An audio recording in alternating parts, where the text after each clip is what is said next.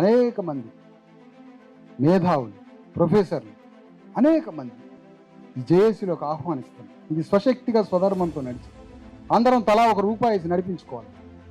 నీ పార్టీ నీకుండొచ్చు, నా పార్టీ నాకుండొచ్చు, ఎవరి పార్టీ వాళ్ళకు ఉండొచ్చు, కానీ ఇది అందరి కోసం పుట్టినటువంటి ఉమ్మడి వేదిక. ఇది రాజ్యాన్ని తీసుకొచ్చి మన రాజ్యాంగ హక్కుల్ని కాపాడి రాజ్యాంగ హక్కుల కోసం పోరాడేది. రేపటి రోజున 52% బీసీల రిజర్వేషన్ కావాలి.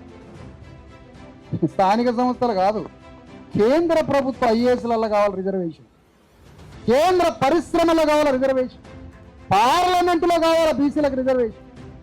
15 ఎస్సీ నుంచి 20% మాకు రిజర్వేషన్ కావాలి. ఎస్సీలకు 10% నుంచి, ఎస్టీలకు 7% నుంచి 10% కావాలి. మొత్తం 80% రిజర్వేషన్స్ 9th షెడ్యూల్లో పెట్టడానికి ఒక యుద్ధం చేయబోతుంది జేఏసీ తెలంగాణ గడ్డ.